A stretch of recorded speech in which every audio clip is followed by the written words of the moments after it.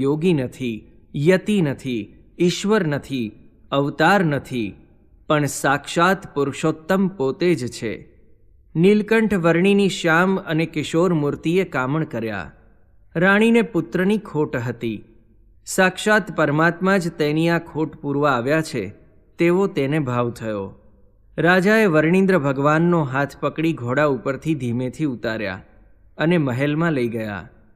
ત્યાં તો તેની બે કુંવરીઓ સુશીલા અને ઈલા દોડતી આવી. તેમણે પણ વર્ણિન્દ્રના દર્શન કર્યા. નીલકંઠ વર્ણિના આગમનથી તેમને પણ આનંદ થયો. નીલકંઠ વર્ણિ મહેલમાં આવ્યા. શુદ્ધ જળથી હાથ પગ મોં ધોયા. રાણીએ થાળની તૈયારી કરી. અનેક પ્રકારના સ્વાદુ ભોજન કરાવ્યા. ભોજન તૈયાર થયા એટલે નીલકંઠ વર્ણિને બોલાવ્યા. બાલમુકુંદને લઈને વર્ણિ આવ્યા. પાટલા ઉપર બાલમુકુંદને પધરાવી વર્ણિએ પ્રથમ તેમને થાળ ધરાવ્યો.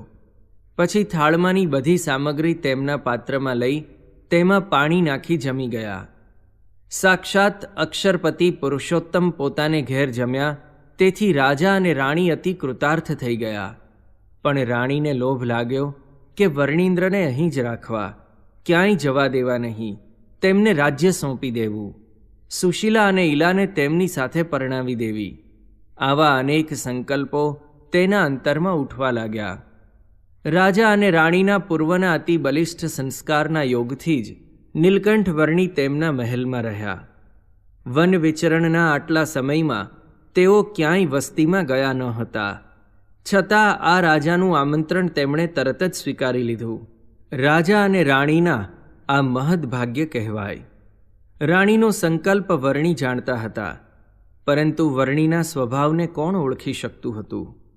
પોતાને આધીન સર્વને રાખે, પણ કોઈથી દબાઈને પોતે પરાધીન ન થાય. નીલકંઠ વર્ણિની સેવામાં સૌ જોડાઈ ગયા. સવારે સ્નાન કરી નીલકંઠ વર્ણિ તૈયાર થતા ત્યાં તો સુશીલા અને ઈલા તેમની પૂજાની સામગ્રી તૈયાર કરી દેતી. ફળ ફૂલ પણ લાવતી.